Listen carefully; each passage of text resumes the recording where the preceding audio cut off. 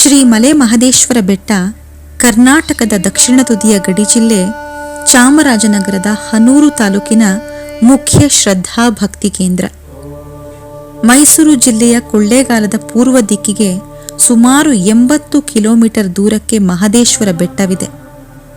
ಇದು ಮೊದಲಿಗೆ ತಮಿಳುನಾಡಿಗೆ ಸೇರಿದ್ದು 1956ರಲ್ಲಿ, ಅಂದರೆ ರಾಜ್ಯಗಳ ಪುನರ್ವಿಂಗಡಣೆಯ ಸಂದರ್ಭದಲ್ಲಿ ಕರ್ನಾಟಕಕ್ಕೆ ಸೇರಿತ್ತು. ದೇವಸ್ಥಾನವು 77 ಮಲೆಗಳಿಂದ ಸುತ್ತುವರೆದ ಕಾರಣ ಮಹದೇಶ್ವರ ಬೆಟ್ಟ ಎಂದು ಕರೆಯಲಾಗಿದೆ. ಮೈಸೂರಿನಿಂದ 150 ಕಿಲೋಮೀಟರ್ ಹಾಗೂ ರಾಜಧಾನಿ ಬೆಂಗಳೂರಿನಿಂದ 210 ಕಿಲೋಮೀಟರ್ ದೂರವಿದೆ. ದೇವಸ್ಥಾನ ಹಾಲುಮತ ಸಮುದಾಯಕ್ಕೆ ಸೇರಿದೆ. ಮಹದೇಶ್ವರ ದೇವಸ್ಥಾನ ಭಕ್ತಿಯೋಗ ಕೇಂದ್ರವೂ ಹಾಗೂ ಶಿವಾರಾಧನಾ ಕೇಂದ್ರವೂ ಆಗಿದೆ. ದೇವಸ್ಥಾನದ ಪ್ರಾಂಗಣ ಹಾಗೂ ಸಮುಚ್ಚಯಗಳು ಸೇರಿ ಸುಮಾರು 150 ಎಕರೆಗಳಷ್ಟು ಪ್ರದೇಶ. ಇದರ ಜೊತೆಗೆ ತಾಳುಬೆಟ್ಟ, ಹಳೆಯೂರು, ಇಂಡಿಗನತ್ತ ಗ್ರಾಮಗಳಲ್ಲಿ ದೇವಸ್ಥಾನಕ್ಕೆ ಸೇರಿದ ಜಾಗಗಳಿವೆ. ಸಮುದ್ರದಿಂದ ಸುಮಾರು 3000 ಅಡಿ ಎತ್ತರದಲ್ಲಿರುವ ಮಹದೇಶ್ವರ ಬೆಟ್ಟ ದಟ್ಟವಾದ ಕಾಡುಗಳಿಂದ ಸುತ್ತುವರೆದಿದೆ. ಮಹದೇಶ್ವರನ ಬೆಟ್ಟಕ್ಕೆ ಕೊಳ್ಳೇಗಾಲದಿಂದ ಸಿದ್ದಯ್ಯನಪುರ, ಮಧುವನಹಳ್ಳಿ, ಸಿಂಗಾನಲ್ಲೂರು, ಕಾಮಗೆರೆ, ಹನೂರು, ರಾಮಾಪುರ, ಕೌದಳ್ಳಿ ಮಾರ್ಗವಾಗಿ ಹೋಗಬೇಕಾಗುತ್ತೆ. ಕೌದಳ್ಳಿ ಗ್ರಾಮದಿಂದ ಸುಮಾರು 13 ಕಿಲೋಮೀಟರ್ ದೂರಕ್ಕೆ ತಾಳುಬೆಟ್ಟ ಸಿಗುತ್ತೆ. ಮಹದೇಶ್ವರರು ನಡುಮಲೆಯಲ್ಲಿ ನೆಲೆಗೊಳ್ಳಲು ಬಂದಾಗ ತನ್ನ ಶಿಶು ಮಕ್ಕಳಲ್ಲದೆ ದುಷ್ಟರು ಯಾರೂ ತನ್ನ ಬೆಟ್ಟಕ್ಕೆ ಬರದಿರಲೆಂದು ತಾಳ ಅಂದರೆ ಚಿಲುಕ ಹಾಕಿಬಿಟ್ಟ. ಅದಕ್ಕೆ ತಾಳುಬೆಟ್ಟ ಎಂಬ ಹೆಸರಾಯಿತು. ಈ ಬೆಟ್ಟದಲ್ಲಿ ಮಕ್ಕಳ ಫಲಕ್ಕಾಗಿ ಹರಕೆ ಕಟ್ಟಿಕೊಂಡವರು ತೊಟ್ಟಿಲುಗಳನ್ನು ಮಾಡಿ ಇಲ್ಲವೇ ಬಟ್ಟೆಯಲ್ಲಿ ನ್ಯಾನೆಯನ್ನ ಮಾಡಿ ಅದರೊಳಗೆ ಕಲ್ಲಿಟ್ಟು ಮರಗಳಲ್ಲಿ ತೂಗಿಬಿಡುತ್ತಾರೆ. 77 ಮಲೆಗಳ ಮಧ್ಯೆ ಈಗ ಮಹದೇಶ್ವರ ದೇವಾಲಯ ಇರುವ ಮಲೆ ನಡುಮಲೆ ಅಥವಾ ವಜ್ರಮಲೆ. ನಡುಮಲೆಯನ್ನು ತಲುಪಲು ಬಸವನ ಹಾದಿ ಹಾಗೂ ಸರ್ಪನ ಹಾದಿ ಅಂತ 2 ದಾರಿಗಳಿವೆ. ಬಸವನ ಹಾದಿ ಮಹದೇಶ್ವರ ದೇವಾಲಯಕ್ಕೆ ಸ್ವಲ್ಪ ನೇರವಾಗಿ ಹೋಗುತ್ತೆ. ಇದು ತಾಳು ಬೆಟ್ಟದಿಂದಲೇ ಆರಂಭವಾಗುತ್ತೆ. ಕುಂತೂರಿನಲ್ಲಿದ್ದ ಬಸವ ಮಹದೇಶ್ವರರನ್ನ ಹುಡುಕಿಕೊಂಡು ಬಂದ ದಾರಿಯೇ ಬಸವದಾರಿ ಅಂತ ಹೇಳ್ತಾರೆ. ಕುಂತೂರು ಮಠದಲ್ಲಿ ಸರ್ಪವೊಂದು ಪೂಜೆಯಾದ ಮೇಲೆ ಹಾಲನ್ನು ಕುಡಿದು ಹೋಗುತ್ತಿತ್ತು. ಮಹದೇಶ್ವರರು ಕುಂತೂರು ಮಠವನ್ನ ಬಿಟ್ಟು ಹೊರಟ ಮೇಲೆ ಆ ಸರ್ಪ ಮಹದೇಶ್ವರರನ್ನ ಹುಡುಕಿಕೊಂಡು ಹೋಯಿತು. ಮಲೆಯ ಮತ್ತೊಂದೆಡೆ ಹಾವು ಹರಿದುಕೊಂಡು ಹೋದ ದಾರಿಯೇ ಸರ್ಪನ ದಾರಿ. ಈ ರಸ್ತೆ ಕೊಂಚ ಡೊಂಕು ಡೊಂಕಾಗಿದೆ. ಇದು ಕೂಡ ಮಹದೇಶ್ವರ ದೇವಾಲಯಕ್ಕೆ ಸೇರುತ್ತೆ. ಇನ್ನು ತಮಿಳುನಾಡಿನಿಂದ ಮಹದೇಶ್ವರ ಕ್ಷೇತ್ರಕ್ಕೆ ಬರಬೇಕಾದ್ರೆ ಸೇಲಂ, ಅನವಾಸಿ, ಮೇಚೇರಿ, ಕೊಂಜುಂಪಾಳ್ಯಂ, ಮೆಟ್ಟೂರು, ಕೊಳತ್ತೂರು, ಕಾವೇರಿಪುರ, ಚಟ್ಟೇಪಟ್ಟ, ಪಾಲಾರ್, ತಾಳಬೆಟ್ಟವನ್ನು ದಾಟಿ ಮಹದೇಶ್ವರ ಬೆಟ್ಟವನ್ನು ತಲುಪಬಹುದು. ಸುಮಾರು 50 ವರ್ಷಗಳ ಹಿಂದೆ ಈ ಸ್ಥಳಕ್ಕೆ ರಸ್ತೆ ಸೌಲಭ್ಯಗಳಿರಲಿಲ್ಲ. ಜನರು ಕಾಲ್ನಡಿಗೆಯ ಮೂಲಕ ಸ್ಥಳವನ್ನು ತಲುಪುತ್ತಿದ್ದರು. ಪ್ರಸ್ತುತ ಕರ್ನಾಟಕ ಹಾಗೂ ತಮಿಳುನಾಡು ರಾಜ್ಯದಿಂದ ರಸ್ತೆ ಸಂಪರ್ಕ ಚೆನ್ನಾಗಿದೆ. ಈ ಮಾರ್ಗದಲ್ಲಿ ಪ್ರತಿದಿನ 100ಕ್ಕೂ ಹೆಚ್ಚು ಬಸ್ಗಳ ಸಂಚಾರವಿರುತ್ತೆ. ಮೈಸೂರಿನಿಂದ ಮಲೆ ಮಹದೇಶ್ವರ ಬೆಟ್ಟಗಳಿಗೆ ಆಗಾಗ್ಗೆ ಸಂಚರಿಸುವ ವಿವಿಧ ಪ್ರವಾಸಿ ಹಾಗೂ ಖಾಸಗಿ ಬಸ್ಸುಗಳು ರಸ್ತೆಗಳ ಮೂಲಕ ಉತ್ತಮವಾಗಿ ಸಂಪರ್ಕವನ್ನು ಹೊಂದಿದೆ. ಈಗಲೂ ಕೂಡ ಅನೇಕ ಭಕ್ತಾದಿಗಳು ಕಾಲ್ನಡಿಗೆಯಲ್ಲೇ ಮಹದೇಶ್ವರ ಬೆಟ್ಟವನ್ನು ತಲುಪುತ್ತಾರೆ. ಮಹದೇಶ್ವರನ ಬೆಟ್ಟವು ಮೊರಡಿಗಳು, ಹಳ್ಳಗಳು, ಕಮರಿಗಳು, ಕೋಡುಗಲ್ಲು, ಹಾಸರೆಗಲ್ಲುಗಳು, ಹಾವಸಗಲ್ಲುಗಳಿಂದ ಒಳಗೊಂಡಿದೆ. ಬನ್ನಿ, ಬಕುಳ, ಹೊನ್ನೆ, ಆಲ, ಅರಳಿ, ಹಲಸು, ಬೇವು, ತೇಗ, ಅತ್ತಿ, ಮುತ್ತುಗ, ನೆಲ್ಲಿ, ಮಾವು, ಸಂಪಿಗೆ, ಚಂದನ, ದೇವದಾರು, ಬೀಟೆ, ಕರಿಮರ, ಲಿಂಬೆ, ಹೇರಳೆ, ಹುಣಸೆ, ಹಿಪ್ಪೆ ಹೀಗೆ ಮೊದಲಾದ ಮರಗಿಡಗಳು ಯಥೇಚ್ಛವಾಗಿದೆ. ಜಿಂಕೆ, ಕಡವೆ, ಕಾಡೆಮ್ಮೆ, ಆನೆ, ಹುಲಿ, ಜಿಂಕೆ, ನರಿ, ಪುನಗಿನ ಬೆಕ್ಕು ಮುಂತಾದ ಪ್ರಾಣಿಗಳು ಕೂಡ ಇದೆ. ಹಾಲಕ್ಕಿ, ಗಿಡುಗ, ಕೆಂಬೂತ, ಪಾರಿವಾಳ, ಗರುಡ, ಗಿಳಿ, ನವಿಲು ಮುಂತಾದ ಪಕ್ಷಿಗಳು ಹೇರಳವಾಗಿ ವಿಹರಿಸ್ತಾ ಇವೆ. ಮಹದೇಶ್ವರ ಬೆಟ್ಟವು ಆನೆಮಲೆ, ಜೇನುಮಲೆ, ಗುಂಜಿಮಲೆ, ಗುಲಗಂಜಿಮಲೆ, ಕಂಬತ್ತಿಮಲೆ, ಪಡುವಮಲೆ, ಪೂಜೆಮಲೆ, ಪಚ್ಚಿಮಲೆ, ಕೊಂಗುಮಲೆ, ಕೊನಾಚಿಮಲೆ, ಸಂಕುಮಲೆ, ರುದ್ರಾಕ್ಷಿಮಲೆ, ಭದ್ರಾಕ್ಷಿಮಲೆ, ನಡುಮಲೆ, ನಾಗಮಲೆ ಮುಂತಾದ 77 ಮಲೆಗಳನ್ನು ಒಳಗೊಂಡಿದೆ. 77 ಮಲೆಗಳ ಸಂಪೂರ್ಣ ಹೆಸರನ್ನಾಗಲಿ ಅಥವಾ ಮಲೆ ಎಂಬುದನ್ನು ನಿರ್ದಿಷ್ಟವಾಗಿ ಹೇಳುವುದಿಲ್ಲ. ಕೆಲವು ಮಲೆಗಳನ್ನು ಮಾತ್ರ ಹೆಸರಿಸಿರುವುದನ್ನು ನಾವು ಕಾಣ್ತೇವೆ. ಸಂಕುಮಲೆ ಎಂಬುದು ಸಂಕಮ ವಾಸವಾಗಿದ್ದ ಮಲೆ ಅಂತ ಹೇಳ್ತಾರೆ. ಆನೆಗಳು ಹೆಚ್ಚು ವಾಸವಾಗಿರುವ ಮಲೆಗೆ ಆನೆಮಲೆ ಎಂತಲೂ, ಜೇನು ಹೆಚ್ಚಾಗಿ ಮಲೆಗೆ ಜೇನುಮಲೆ ಎಂತಲೂ ಕರೆದಿರಬಹುದು.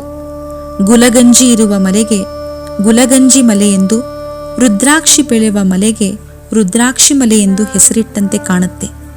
ಮಹದೇಶ್ವರರು ಈ ಗಿರಿಗಳಲ್ಲೆಲ್ಲ ತಿರುಗಾಡಿ ತಪಸ್ಸು ಮಾಡಿದರೆಂದು ಹೇಳುತ್ತಾರೆ.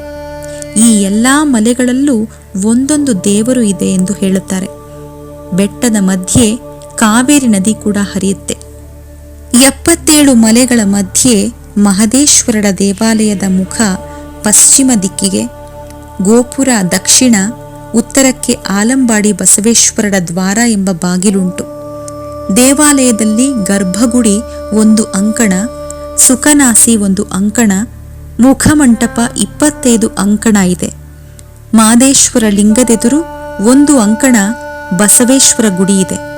ಇದನ್ನು ಬೆಳಕವಾಡಿಯ ಹೊನ್ನಗಲ ಶೆಟ್ಟರ ಮಕ್ಕಳು ಗುರುಬಸಪ್ಪ ಎಂಬಾತ ಯುವ ಸಂವತ್ಸರ ಪುಷ್ಯ ಮಾಸ ಬಹುಳ ಬಿದಿಗೆಯಲ್ಲಿ ಕಟ್ಟಿಸಿದರೆಂದು ಶಾಸನವಿದೆ. ಗೋಪುರದ ತಳಭಾಗದಲ್ಲಿ ವಿಘ್ನೇಶ್ವರ ದೇವಾಲಯವಿದೆ.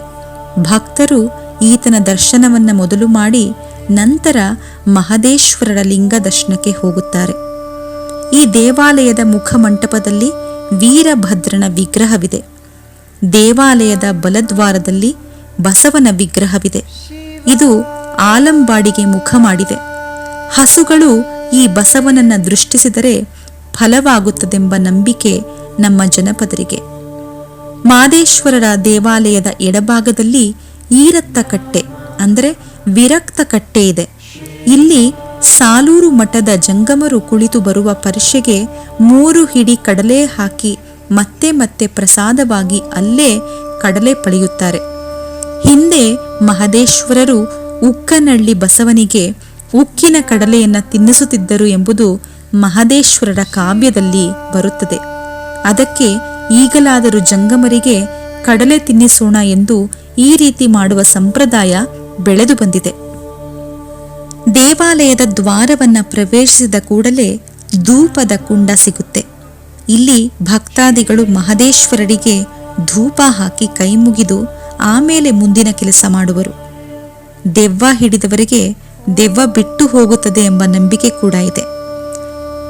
ಜನರಿಗೆ ಧೂಪದ ಕುಂಡದ ಪಕ್ಕದಲ್ಲಿ ಗಾಳಿ ಬಸವನ ಗುಡಿ ಇದೆ. ಇದರ ಹಿಂದೆ 3.5 ಅಡಿಯ ಒಂದು ಗಂಟೆಯಾಕಾರದ ಕಲ್ಲಿದೆ. ಇಲ್ಲಿಂದ ಭಕ್ತರು ಎದುರಿಗೆ ಗರ್ಭಗುಡಿಯಲ್ಲಿರುವ ಮಹದೇಶ್ವರ ಲಿಂಗವನ್ನು ನೋಡಲು ಒಂದು ಕಿಂಡಿ ಇದೆ. ಲಿಂಗವನ್ನು ನೋಡಿ ಕೈಮುಗಿದು ಗೊಂಬೆಯಾಕಾರದ ಕಲ್ಲಿನ ಮೇಲೆ ಹಸ್ತ ಊರುತ್ತಾರೆ. ಇಷ್ಟಾರ್ಥಗಳು ಫಲಿಸುವುದಾದರೆ ಅಂಗೈ ಜಾರಿ ಬೆರಳುಗಳು ಬೆಳೆಸಿಕೊಳ್ಳುತ್ತದೆ ಎಂಬುದು ಜನರ ನಂಬಿಕೆ. ಮಹದೇಶ್ವರ ಕ್ಷೇತ್ರ ಹಲವಾರು ಮಹತ್ವಪೂರ್ಣ ಸ್ಥಳಗಳ ಆಗರವಾಗಿದೆ. ದೇವಾಲಯದ ಪಕ್ಕದಲ್ಲಿ ಅಂತರಗಂಗೆ ಇದೆ. ಇದರ ಉದ್ಭವದ ಬಗೆಗೆ ಹೀಗೆ ಹೇಳುವುದುಂಟು. ಆಲಂಬಾಡಿ ಜುಂಜೇಗೌಡ ತನ್ನ ಹಸುಗಳ ಕಾಯಿಲೆ ವಾಸಿಯಾದರೆ ಉರಿಗದ್ದುಗೆಯನ್ನು ಕಟ್ಟಿಸುತ್ತೇನೆ ಎಂದು ಮಹದೇಶ್ವರರಲ್ಲಿ ಹರಕೆ ಕಟ್ಟಿಕೊಂಡ. ಆತನ ಭಕ್ತಿಗೆ ಮೆಚ್ಚಿದ ಮಹದೇಶ್ವರರು ಅಲ್ಲೇ ಇದ್ದ ಬಂಡೆಯನ್ನ ಕಾಲಿನಿಂದ ಒದೆಯಲು ನೀರು ಬುಗ್ಗೆಯಾಗಿ ಅದರ ಅಂತರಂಗದಿಂದ ಚಿಮ್ಮಲಾರಂಭಿಸಿತು. ಅದಕ್ಕೆ ಅಂತರಗಂಗೆ ಎಂದು ಹೆಸರಾಯಿತು. ಮಹದೇಶ್ವರ ಜುಂಜೇಗೌಡನನ್ನು ಉದ್ದೇಶಿಸಿ ಈ ಅಂತರಗಂಗೆಯ ನೀರನ್ನ ಬಿದರಗೊಟ್ಟದಲ್ಲಿ ಹಾಕಿ ದನಗಳಿಗೆ ಕುಡಿಸು, ಇದರಿಂದ ಹಸುಗಳ ಕಾಯಿಲೆ ಕೂಡಲೇ ವಾಸಿಯಾಗುತ್ತದೆ ಎಂದರು. ಜುಂಜೇಗೌಡ ಹಾಗೆಯೇ ಮಾಡಲು ಹಸುಗಳು ಗುಣಮುಖವಾದವು. ಇದೇ ಅಂತರಗಂಗೆ. ಮಹದೇಶ್ವರ ದೇವಾಲಯಕ್ಕೆ ಸ್ವಲ್ಪ ದೂರವಿರುವ, ಅಂದರೆ ಈಗಿನ ಮಹಾರಾಜರ ಛತ್ರದ ಎದುರು ಜಡೆಯ ಕಲ್ಲು ಎಂಬುದಿದೆ. ಇದು ಮಹದೇಶ್ವರರು ಸ್ನಾನ ಮಾಡಿ ತಮ್ಮ ಜಡೆಯನ್ನ ಒದರಿಕೊಂಡು ಬಿಸಿಲು ಕಾಯಿಸ್ತಿದ್ದಂತಹ ಸ್ಥಳ ಅಂತ ಹೇಳುತ್ತಾರೆ. ಇನ್ನು ತಮ್ಮಡಗೇರಿಯಲ್ಲಿ ದುಂಡಮ್ಮನ ಸಮಾಧಿ ಇದೆ. ದುಂಡಮ್ಮ ಭಕ್ತ ಬೇಡರ ಕನ್ನೆಯನ ಹೆಂಡತಿ. ಮಹದೇಶ್ವರರು ಈಕೆಯ ಮನೆಯಲ್ಲಿ ಬಂದು ಸೀಗೆ ಸೊಪ್ಪಿನ ಸಾರು ಹಾಗೂ ರಾಗಿ ಮುದ್ದೆಯನ್ನು ಊಟ ಮಾಡುತ್ತಿದ್ದರು ಅಂತ ಪ್ರತೀತಿ. ದುಂಡಮ್ಮ ಮಹದೇಶ್ವರರ ಪರಮ ಭಕ್ತೆಯಾಗಿದ್ದಳು. ಮಹದೇಶ್ವರ ದೇವಾಲಯದ ಎದುರೇ ಇರುವ ಬೆಟ್ಟವೇ ಎದುರುಬೋಳಿ. ಇದಕ್ಕೆ ಈಶ್ವರ ಗುಡ್ಡ ಅಂತ ಕರೀತಾರೆ. ಜಾತ್ರೆಯ ಸಂದರ್ಭದಲ್ಲಿ ಮಹದೇಶ್ವರರು ಈ ಗುಡ್ಡದ ಮೇಲೆ ನಿಂತು ಬರುವ ಪರಸೆಯನ್ನು ನೋಡುತ್ತಾರೆ ಎಂಬ ಪ್ರತೀತಿ. ಇಲ್ಲಿ ಕಾರಯ್ಯ ಹಾಗೂ ಬಿಲ್ಲಯ್ಯ ಇಬ್ಬರ ತೋರು ಗದ್ದುಗೆಗಳಿವೆ. ದೇವಾಲಯಕ್ಕೆ ಸುಮಾರು 1 ಕಿಲೋಮೀಟರ್ ದೂರದಲ್ಲಿ ಸಾಲೂರು ಮಠ ಇದೆ. ಇದು ವೀರಶೈವ ಮಠ. ಬೇಡ ಗಂಪಣದವರು, ದುಂಡೇಗೌಡರ ಮನೆತನದವರು, ಕಾಡು ಸೋಲಿಗರು, ಕಾಡು ಕುರುಬರು, ದೇವರ ಗುಡ್ಡರೆ ಮೊದಲಾದವರು ಜಾತಿ ಮತ ಭೇದವಿಲ್ಲದೆ ಈ ಮಠಕ್ಕೆ ಸೇವೆ ಸಲ್ಲಿಸುತ್ತಾ ಬಂದಿದ್ದಾರೆ. ಕಾಡು ಜನರ ಏಳಿಗೆಗಾಗಿಯೇ ಈ ಮಠವು ಸ್ಥಾಪನೆಯಾಗಿದೆ. ಈ ಮಠವನ್ನು ಸ್ಥಾಪಿಸಲು ಮೂಲ ಕಾರಣ ಮಹದೇಶ್ವರರೇ. ಕುಂತೂರು ಮಠದ ಶಾಸನದಲ್ಲಿ ಸಾಲೂರು ಮಠದ ಸಾಲುಗಳ ಬಗೆಗೆ ಗೌರವಪೂರ್ಣ ಭಾವನೆ ಇದೆ. ಈ ಮಠದಲ್ಲಿ ಶಾಂತ ಮಲ್ಲಿಕಾರ್ಜುನ ಸ್ವಾಮಿಗಳು ಕುಂತೂರಿನಿಂದ ಬಂದು ಕಾಡು ಜನರಿಗೆ ದೀಕ್ಷೆ ನೀಡಿ ಅಲ್ಲೇ ಐಕ್ಯರಾದರು. ಅದಕ್ಕೆ ಶಾಂತ ಮಲ್ಲಿಕಾರ್ಜುನ ಗದ್ದಿಗೆ ಅಂತ ಕರೀತಾರೆ. ಇಲ್ಲಿ ಮಹದೇಶ್ವರರ ಜೋಳಿಗೆ, ಬೆತ್ತ, ಶಂಖ, ಜಾಗಟೆಗಳು ಇನ್ನೂ ಕುರುಹಾಗಿ ಉಳಿದಿವೆ. ಇಲ್ಲಿ ಮಕ್ಕಳಿಲ್ಲದವರಿಗೆ ಪಿಂಡ ಪ್ರಸಾದವನ್ನು ನೀಡಲಾಗುವುದು. ಅನೇಕ ಗ್ರಹಪೀಡೆ, ವ್ಯಾಧಿಗಳ ವಿಮೋಚನೆಗೆ ಯಂತ್ರವನ್ನು ಕೂಡ ಕಟ್ಟಲಾಗುವುದು. ಸಾಲೂರು ಮಠದ ಪಕ್ಕದಲ್ಲಿ ಹಿಂದಿನ ಗುರುಗಳ ಪರಂಪರೆಯ 15 ಗದ್ದುಗೆಗಳಿವೆ. ಆದರೆ ಅಷ್ಟು ಗುಹೆಗಳ ಗದ್ದುಗೆಗಳು ಅಜ್ಞಾತವಾಗಿವೆಯೇ ಏನೋ ತಿಳಿಯದಾಗಿದೆ. ಈ ಮಠಕ್ಕೆ ಪೊನ್ನಾಚಿ, ಬರಗೂರು, ಆಲಂಬಾಡಿ, ಹೂಗ್ಯ, ಹಳೆಯೂರುಗಳಲ್ಲೂ 5 ಶಾಖಾ ಮಠಗಳಿವೆ. ಇವುಗಳನ್ನು ಮಹದೇಶ್ವರರ ಶಿಷ್ಯರಾದ ನಿರಂಜನ ಸ್ವಾಮಿಗಳು ಸ್ಥಾಪಿಸಿದರೆಂದು ತಿಳಿದುಬರುತ್ತೆ. 1950ರವರೆಗೆ ಮಹದೇಶ್ವರ ದೇವಸ್ಥಾನವು ಈ ಮಠದ ಸ್ವಾಮಿಗಳ ಆಡಳಿತದಲ್ಲಿದ್ದು ಅನಂತರ ಸರ್ಕಾರ ವಹಿಸಿಕೊಂಡಿತು. ಶ್ರವಣನನ್ನ ಮಹದೇಶ್ವರರು ಸಂಹರಿಸಿದ ಬೆಟ್ಟವೇ ಶ್ರವಣನ ಬೋಳಿ. ಇದು ಕೊಯಮತ್ತೂರು ಜಿಲ್ಲೆಯ ಸತ್ಯಮಂಗಲ ರಸ್ತೆಯಲ್ಲಿ ಗೋಪಿ ತಾಲೂಕಿನ ಗೇರುಮಾಳದ ಬಳಿ ಇದೆ. ಇಲ್ಲೇ ಶ್ರವಣ ಚಮ್ಮಾವುಗೆಯನ್ನ ಮೆಟ್ಟಲು ಹೋಗಿ ಕಾಲು ಜಾರಿದ ಹೆಜ್ಜೆಯ ಗುರುತುಗಳು ಬಂಡೆಯ ಮೇಲೆ ಇವೆ. ಅರಮನೆಯ ಇಟ್ಟಿಗೆಯ ಚೂರುಗಳು ಕುರುಹುಗಳಾಗಿವೆ ಎಂದು ಹೇಳುತ್ತಾರೆ. ಶ್ರವಣನನ್ನ ಸಂಹಾರ ಮಾಡುವುದಕ್ಕೆ ಮುಂಚೆ ಮಹದೇಶ್ವರರು ತಪಸ್ಸು ಮಾಡಿದ ಸ್ಥಳವೇ ತಪಸೆರೆ. ಸಾಲೂರು ಮಠದಿಂದ ಮಾರ್ಗಶಿರದಲ್ಲಿ ಆರಾಧನೆ ನಡೆಸುತ್ತಾರೆ. ವರ್ಷಕ್ಕೊಮ್ಮೆ ಜಾತ್ರೆ ನಡೆಸುವಾಗ ಸುಮಾರು ಮಧ್ಯರಾತ್ರಿಯ 2 ಗಂಟೆಗೆ ಒಂದು ಹಸು ಬರುತ್ತೆ. ತಮ್ಮಡಪ್ಪ ಹಾಲು ಕರೆದ ಸ್ವಲ್ಪ ಹೊತ್ತಿಗೆ ಯಾರೂ ಕಾಣಿಸಿಕೊಳ್ಳದೆ ಹೊರಟು ಹೋಗುತ್ತದೆಯಂತೆ. ಬೆಳಗ್ಗೆ ತಮ್ಮಡ ಪೂಜೆ ಮಾಡಿ ಹಿಂತಿರುಗುತ್ತಾನೆ. ಮಹದೇಶ್ವರರು ನಾಗಮಲೆಗೆ ಹೋಗಿ ನೆಲೆಗೊಳ್ಳುವಾಗ ತಮ್ಮ ವಾಹನವಾದ ಹುಲಿಯನ್ನ ಸಂಕುಮಲೆಯಲ್ಲಿ ಸಂಕೋಲೆ ಬಿಗಿದು ಗಾಳಿಯಲ್ಲಿಟ್ಟರು. ಅದು ಮಹದೇಶ್ವರರನ್ನ ಬಿಟ್ಟು ಇರಲಾರೆ ಎಂದು ಬರುತ್ತಿರಲು ಮಹದೇಶ್ವರರು ಅದನ್ನು ಕಟ್ಟಿ ಹಾಕಿ ಹೋದರು. ಅಲ್ಲಿ ಆ ಪಾದಗಳ ಹೆಜ್ಜೆ ಗುರುತು ಇರುವುದನ್ನು ನಾವು ಕಾಣ್ತೇವೆ. ಇದು ಸಂಕುಮಲೆಗೆ ಸುಮಾರು 2 ಕಿಲೋಮೀಟರ್ ದೂರದಲ್ಲಿದೆ. ನಾಗಮಲೆ ಮಹದೇಶ್ವರ ಬೆಟ್ಟದ ಪೂರ್ವ ದಿಕ್ಕಿಗೆ ಸುಮಾರು 18 ಕಿಲೋಮೀಟರ್ ದೂರದಲ್ಲಿದೆ. ಇಲ್ಲಿ ಮಹದೇಶ್ವರರು ತಪಸ್ಸನ್ನ ಮಾಡಿದರು ಎಂದು ಹೇಳುತ್ತಾರೆ. ಇಲ್ಲೇ ದೊಡ್ಡ ಬಂಡೆಯೊಂದು ಲಿಂಗಾಕಾರವಾಗಿದೆ. ಸರ್ಪಾಕಾರದ ಬಂಡೆ ಲಿಂಗಕ್ಕೆ ನೆರಳು ಮಾಡಿದಂತೆ ಇದೆ. ಲಿಂಗ ಸುಮಾರು 25-30 ಅಡಿ ಎತ್ತರವಿದೆ. ಇದು ನೋಡಲು ನಾಗಲಿಂಗ ಪುಷ್ಪದಂತಿದೆ. ಈ ಲಿಂಗದ ಮೇಲೆ ಒಂದು ಸಣ್ಣ ಬಂಡೆ ಇದೆ. ಇದಕ್ಕೆ ಗೊಟ್ಟಿಕಾಯಿ ಅಂತ ಹೇಳುತ್ತಾರೆ. ಒಮ್ಮೆ ಒಬ್ಬ ಕುರುಬರ ಹುಡುಗ ಗೊಟ್ಟಿಕಾಯಿಯನ್ನ ಲಿಂಗದ ಮೇಲೆ ಇಟ್ಟು ಚೆಚ್ಚುತ್ತಿರಲು ಮಹದೇಶ್ವರರು ಕೋಪಗೊಂಡು ಆ ಹುಡುಗನನ್ನ ಕಮರಿಗೆ ತಳ್ಳಿದರಂತೆ. ಈಗಲೂ ಆ ಕಾಯಿ ಕಲ್ಲಾಗಿ ಬೆಳೆಯುತ್ತಿದೆ ಎಂಬ ನಂಬಿಕೆ ಇದೆ. ಲಿಂಗ ಹಾಗೂ ಸರ್ಪ ಎರಡು ನಾ ಹೆಚ್ಚು ತಾ ಹೆಚ್ಚು ಎಂದು ಬೆಳೆಯುತ್ತಿರಲು ಮಹದೇಶ್ವರರು ಕೋಪದಿಂದ ಸರ್ಪವನ್ನ ಕೆಳಗೆ ತಳ್ಳಿದರಂತೆ. ಈಗಲೂ ಕೂಡ ಲಿಂಗದ ಕೆಳಗೆ ಸರ್ಪವು ಮೂಡಿರುವುದು ಒಂದು ವಿಶೇಷತೆ. ನಾಗಮಲೆಯಲ್ಲಿರುವ ಪುಟ್ಟತಮ್ಮಡಿ ಸಂತತಿಯವರು ಇಲ್ಲಿರುವ ಲಿಂಗವನ್ನು ಪೂಜಿಸಿಕೊಂಡು ಬಂದಿದ್ದಾರೆ. ವಿಶೇಷ ಸಂದರ್ಭಗಳಲ್ಲಿ ಸಾಲೂರು ಮಠದ ಸ್ವಾಮಿಗಳು ಕೂಡ ಬರುತ್ತಾರೆ. ಇಲ್ಲಿ ಕಾಲ್ನಡಿಗೆಯಲ್ಲೇ ಹೋಗಬೇಕು. ತಾಳು ಬೆಟ್ಟದಿಂದ ಸ್ವಲ್ಪ ದೂರ ಹೋದರೆ ಬೇವಿನ ಹಟ್ಟಿ ಸಿಗುತ್ತೆ. ಇಲ್ಲಿ ಬೇವಿನ ಕಾಳಿ ಸಕಲೇಶ್ವರ್ಯದಿಂದ ಮೆರೆದ ತಾಣ. ಮಹದೇಶ್ವರರು ಆಕೆಯನ್ನ ಪರೀಕ್ಷಿಸಿದ ಸ್ಥಳ. ಬೇವಿನ ಕಾಳಿ ಎಳ್ಳಿನ ಭಿಕ್ಷೆ ನೀಡದೇ ಇರಲು ಆಕೆಯ ಸರ್ವಸ್ವವನ್ನು ನಾಶ ಮಾಡಿದಂತಹ ಸ್ಥಳ ಇದೆ. ಮಹದೇಶ್ವರನ ಬೆಟ್ಟಕ್ಕೆ ಕಾಲ್ನಡಿಗೆಯಲ್ಲಿ ಹೋಗುವ ಪರಿಷೆ ಬೇವಿನ ಹಟ್ಟಿ ಧೂಪ ಎಂದು ಹಾಕಿ ಮುಂದೆ ಹೋಗುವರು. ಬೇವಿನ ಕಾಳಿ ವಾಸವಾಗಿದ್ದ ಈ ಸ್ಥಳವು ಇಡಕೆ ಹಳ್ಳದ ಹತ್ತಿರವೇ ಇದೆ. ಮಹದೇಶ್ವರರು ಶ್ರೀ ಕ್ಷೇತ್ರಕ್ಕೆ ಬಂದು ಬಿಸಿಲಿನ ತಾಪವನ್ನು ತಾಳಲಾರದೆ ವಿಶ್ರಮಿಸಿಕೊಳ್ಳಲು ಒಂದು ಮರದ ಕೆಳಗೆ ಕುಳಿತುಕೊಂಡರು.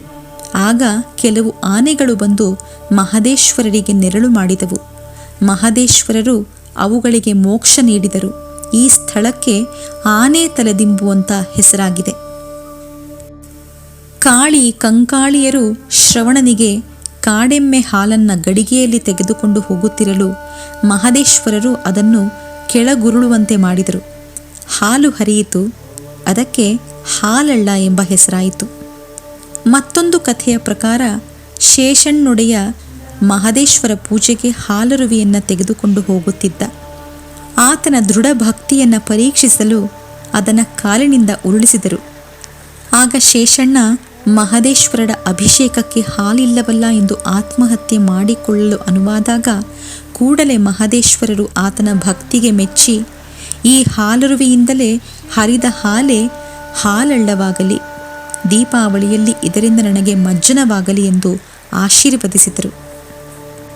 ಮತ್ತೊಂದು ಜಾನಪದ ಕಥೆಯ ಪ್ರಕಾರ ಉತ್ತರಾಜಮ್ಮ ಬೆನ್ನು ಮಚ್ಚೆ ಸೀಳಿಕೊಂಡು ಬಂದ ಮಹದೇಶ್ವರನನ್ನು ಉದ್ದೇಶಿಸಿ, ನನ್ನ ಕಂದ ಮಹದೇವ, ನನ್ನ ಎದೆ ಹಾಲು ಬಿಗಿತವೆ, ಊಟ ಮಾಡು ಬಾರಪ್ಪ ಅಂದಾಗ, ನಿನ್ನ ಎದೆ ಹಾಲು ಊಟ ಮಾಡಿದರೆ ನಿನ್ನ ಹೊಟ್ಟೆಯಲ್ಲಿ ಹುಟ್ಟಿದಂತಾಗತ್ತೆ ತಾಯಿ. ಕಂಬದ ಬೋಳಿ ಮ್ಯಾಲೆ ನಿಂತು 3 ತೊಟ್ಟು ಹಾಲು ಕರೆದು ಬಿಟ್ರೆ ಚಿಕ್ಕ ಆಲಹಳ್ಳ, ದೊಡ್ಡ ಆಲಹಳ್ಳ ಅಂತ 3 ಹಾಲು ಹಳ್ಳ ಮಾಡ್ತೀನಿ ತಾಯಿ. ನನಗೆ ದೀಪಾವಳಿಗೆ ಸ್ವಾತಿಗೆ ಹಾಲು ಹಳ್ಳದಿಂದ ನನಗೆ ಹಾಲರುವೆ ಬರಲಿ ಎಂದು ಹೇಳಲು ಆಕೆ ಹಾಗೆಯೇ ಮಾಡಲು ಹಾಲು ಹಳ್ಳವಾಯಿತು ಎಂಬುದು ಮತ್ತೊಂದು ಪ್ರತೀತಿ ಇದೆ. ಈಗಲೂ ಈ ಹಾಲು ಹಳ್ಳದಲ್ಲಿ ಹರಿಯುವ ನೀರು ಹಾಲಿನಂತೆ ಬೆಳ್ಳಗಿರುವುದು ಒಂದು ವಿಶೇಷ. ಗೋಪಿನಾಥ ಎಂಬ ಊರಿನ ಪಕ್ಕದಲ್ಲಿ ಆದಿಮಲೆ ಮಾದಪ್ಪನ ಬೆಟ್ಟವಿದೆ. ಆಲಂಬಾಡಿ ಕಡೆಯಿಂದ ಮಹದೇಶ್ವರರು ಸುತ್ತಾಡಿಕೊಂಡು ಬರುವಾಗ ವಿಶ್ರಾಂತಿ ಪಡೆದ ಸ್ಥಳ ಇದೆಂದು ಹೇಳುತ್ತಾರೆ. ಇದಕ್ಕೂ ಕೂಡ ಮಹದೇಶ್ವರ ದೇವಾಲಯ ವತಿಯಿಂದ ತಿಂಗಳಿಗೊಮ್ಮೆ ಮಾರ್ಗಶಿರ ಮಾಸದಲ್ಲಿ ಪೂಜೆ ನಡೆಯುತ್ತೆ. ಸಂಕಮ್ಮನ ಮಲೆಗೆ ಹೋಗುವಾಗ ಸಂತೆಕಾನಿ ಬೋಳಿ ಸಿಗುತ್ತೆ. ಒಂದು ಸಾರಿ ಕಾಡಿನ ಬೇಡರು ಬೇಟೆಯಾಡ್ತಾ ಇದ್ರು. ಅವರ ಕಣ್ಣಿಗೆ ಒಂದು ಚಿನ್ನದ ಉಡ, 2 ಬೆಳ್ಳಿಯ ಉಡಗಳು ಕಾಣಿಸಿಕೊಂಡವು. ಬೇಡರು ಅವುಗಳನ್ನು ಹಿಡಿಯಬೇಕೆಂದು ಹಿಂಬಾಲಿಸಿದರು. ಗವಿಯೊಂದರಲ್ಲಿ ಮಹದೇಶ್ವರರು ತಪಸ್ಸು ಮಾಡುತ್ತಿದ್ದರು. ಆ ಬಂಡೆಯ ಮಧ್ಯೆ ಈ ಉಡಗಳು ಹೋದ ಕೂಡಲೇ ಬಂಡೆಗಳು ಮುಚ್ಚಿ ಹೋದವು. ಬೇಡರು ನಿರಾಶರಾಗಿ ಹೊರಟು ಹೋದರು. ಈಗಲೂ ಆ ಬಂಡೆಗಳ ಮಧ್ಯೆ ಪ್ರಕಾಶಮಾನವಾದ ಜ್ಯೋತಿ ಕಾಣಿಸುತ್ತಂತೆ. ಇದಕ್ಕೆ ಭಕ್ತರು ಪೂಜೆ ಸಲ್ಲಿಸುತ್ತಾರೆ. ಇದೇ ಸಂತೆಕಾನಿ ಬೋಳಿ. ಇದಲ್ಲದೆ ಪಾಲುಮಲೆ ಸಿದ್ದೇಶ್ವರ, ಪೊನ್ನಾಜಿಮಲೆ ಪರಮೇಶ್ವರ ಮುಂತಾದ ದೇವತೆಗಳು ಸೋಲಿಗರ, ಕಾಡು ಜನರ ದೇವರುಗಳಾಗಿ ಮೆರೆಯುತ್ತಿದ್ದಾರೆ. ಬರಗೂರಿನ ಪಂದೇಶ್ವರ, ಮಾರಟಲ್ಲಿ ಬ್ರಹ್ಮೇಶ್ವರ ಇವೆಲ್ಲ ಮಹದೇಶ್ವರ ಕ್ಷೇತ್ರದ ಸುತ್ತಲೂ ಇವೆ. ಮಲೆ ಮಹದೇಶ್ವರ ಕ್ಷೇತ್ರದಲ್ಲಿ ಸೋಲಿಗರು, ಕುರುಬರು ವಾಸವಾಗಿದ್ದು ಜೇನು ಕೀಳುವುದು, ಬೇಟೆಯಾಡುವುದನ್ನು ತಮ್ಮ ವೃತ್ತಿಯನ್ನಾಗಿಸಿಕೊಂಡಿದ್ದರು. ಬರಬರುತ್ತಾ ವ್ಯವಸಾಯ ಮಾಡಿ ರಾಗಿ, ಜೋಳ, ಅವರೆ, ತೊಗರಿ, ಹುರುಳಿ, ಉಚ್ಚೆಳ್ಳು, ಎಳ್ಳು ಮುಂತಾದವುಗಳನ್ನು ಬೆಳೆಯುತ್ತಿದ್ದಾರೆ. ಇಲ್ಲಿ ಎಲ್ಲ ರೀತಿಯ ಜನರು ವಾಸವಾಗಿದ್ದು ಶಾಲೆ, ಆಸ್ಪತ್ರೆ ಮುಂತಾದ ಸೌಲಭ್ಯಗಳನ್ನು ಪಡೆದಿದ್ದಾರೆ. ಈಗ ಮಹದೇಶ್ವರ ಕ್ಷೇತ್ರ ಸುಸಂಸ್ಕೃತಿಯ ನೆಲೆಯಾಗಿದೆ.